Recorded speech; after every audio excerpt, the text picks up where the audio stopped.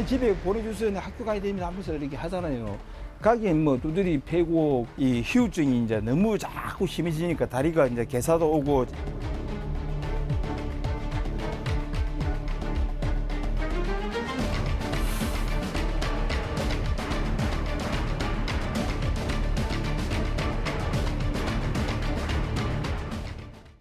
형제복지원에서 끔찍한 인권유린 장기간 저지른 주역 박인근 원장이라는 인물이 있습니다. 근데 그 가족이 호주에서 140억 원대 재산을 소유하고 있다. 이런 현지 언론 보도가 나왔습니다. 자, 김성환 평론가가 짚어봅니다. 어서 오십시오. 네, 안녕하세요.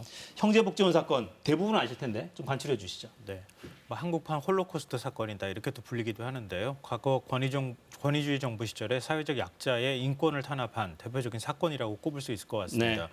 형제복지원은 원래 형제 육아원, 그러니까 고아와 수출을 통해 가지고 돈을 버는 이런 기관의 성격이 강했어요. 네. 그랬다가 나중에 이제 박인근이라고 하는 사람의 장인이 운영하던 걸 받아서 그러면서 박인근이 운영하기 시작하면서부터 이제 불황화 수용 시설로 본격적으로 바뀌기 시작합니다.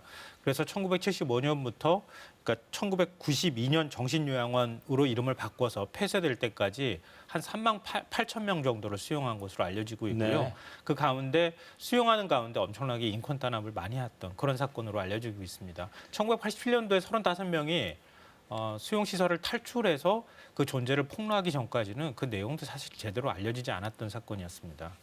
그러니까 이게 형제복지원이 그냥 독자적으로 한 게 아니라 그 뒤에는 국가기관이 있었던 거잖아요. 네. 그러니까 진실 화해위원회가 이번에 이제 8월 23일에 공식적으로 진상규명을 한 결과를 발표를 했는데요. 그러니까 국가폭력에 의한 인권 유린이다 이렇게 규정을 했습니다. 그 이유는 뭐냐면 박정희 정부 시절에 그러니까 1975년도부터 본격적으로 불황인을 수용하기 시작했다고 말씀드렸잖아요. 네. 그때 내무부 훈령을 만듭니다. 내무부 훈령이 불황인 단속과 감금을 규정하는 내용을 담고 있는데요. 예를 들어서 뭐 경찰하고 부산시나 이런 곳에서 합동 단속반을 만들어서 그냥 눈에 띄는 대로 단속을 하는 거예요. 아이까지 심지어 단속을 했다고 하는데요. 그래서 그냥 끌고 가서 형제복지원에다가 감금한 다음에 아무런 사법적인 절차를 거치지 않은 상태에서 무기한으로 감금 수용할 수 있도록 하는 그런 네. 내용을 담고 있습니다. 근데 이것뿐만 아니라 그러니까 그 내무부 훈령 외에도 그동안에 그 형제복지원의 인권 탄압 실태를 정부 기관에서도 알고 있었음에도 묵인하고 이후에도 그 사태를 은폐하는 데에도 관여를 했다. 이게 이제 진실화해위원회의 결정이었습니다. 네. 자, 확인된 사망자만 657명. 사실 엄청난 인권 침해 사건인데 이 시설을 운영했던 박인근 원장이 치른 죄값이 근데 고작 징역 2년 6개월이에요. 참 황당한 일일 수밖에 없는데요.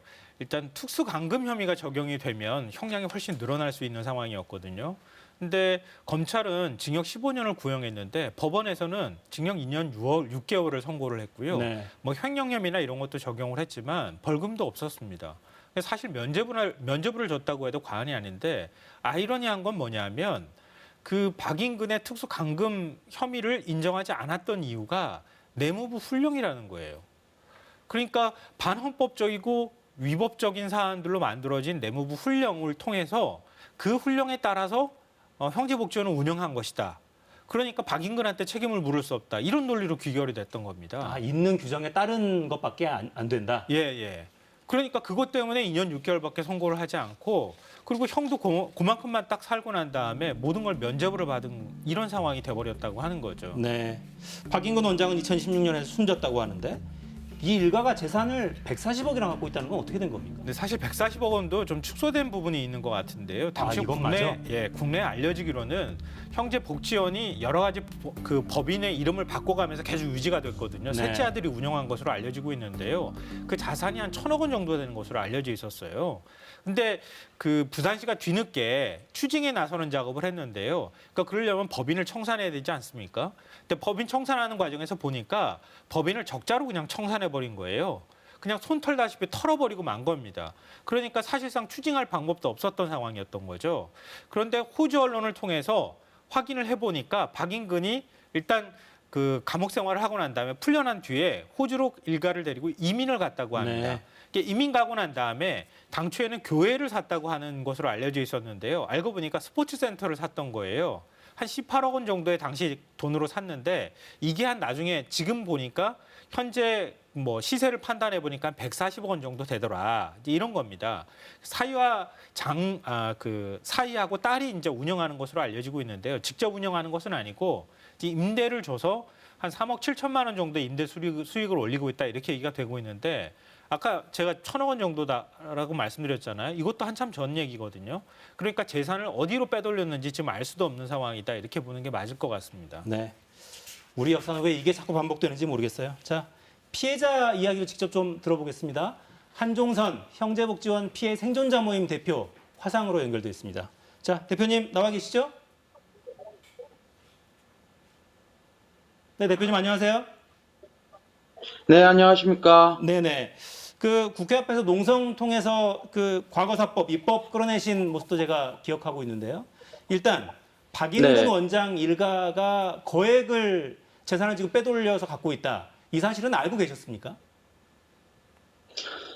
일단 처음에는 몰랐었죠. 박인근 원장이 사망했는지만 알고 있었는데 네. 살아 있었다라는 것도 놀랬었고, 그리고 국회 앞에서 10년 가까이를 투쟁하면서 그 진상규명을 해달라고 요구하면서 대책위라든가 의원들이 이제 또 자료를 또 확보해가면서 알아낸 것만 해도 거의 한 2천억대 재산가다 뭐 이런 이야기를 들은 적은 있습니다. 네.